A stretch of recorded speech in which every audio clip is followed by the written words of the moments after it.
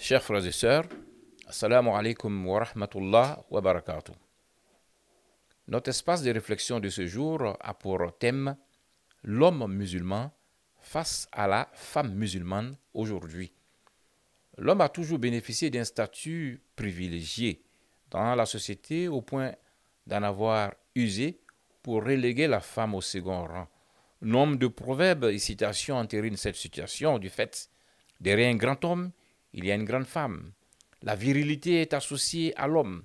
Même s'il y a des exceptions dans l'histoire, le commandement revient quasiment toujours à l'homme. Pour ce faire, la société a classifié les métiers réservés aux hommes et ceux réservés à la femme. Cette réalité est aujourd'hui en train d'être battue en brèche par la problématique autour du genre qui vise notamment à remettre en cause un nombre de croyances et faits sociaux admis, ancrés dans la vie des sociétés. Tout ceci oblige l'homme à se repenser dans ses rapports à la femme, notamment l'homme musulman.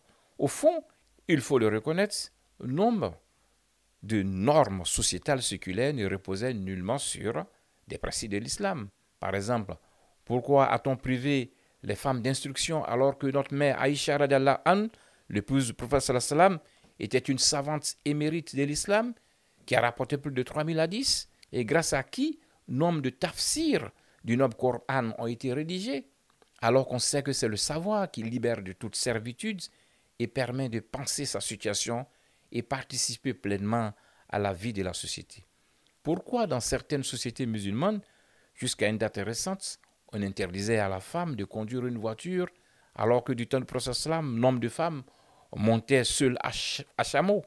Bref, il y a impérativement lieu que l'homme musulman d'aujourd'hui repense sa situation dans la société.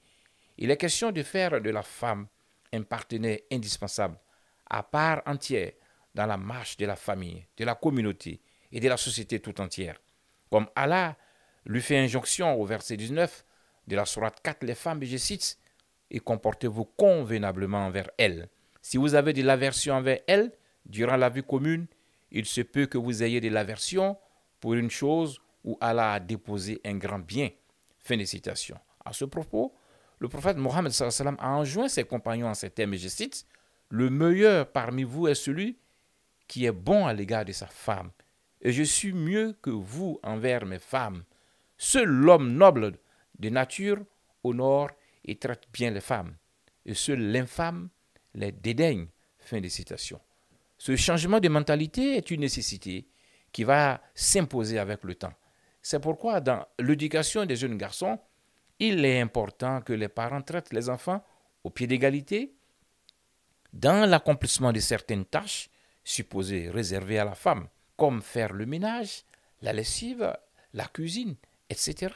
Bien entendu, tout en expliquant à la jeune fille son rôle d'épouse et de mère, et au jeune garçon celui d'époux et de père de famille qu'ils devront jouer plus tard. Qu'Allah nous facilite la mise en œuvre. Amin. À la prochaine fois. Inch'Allah.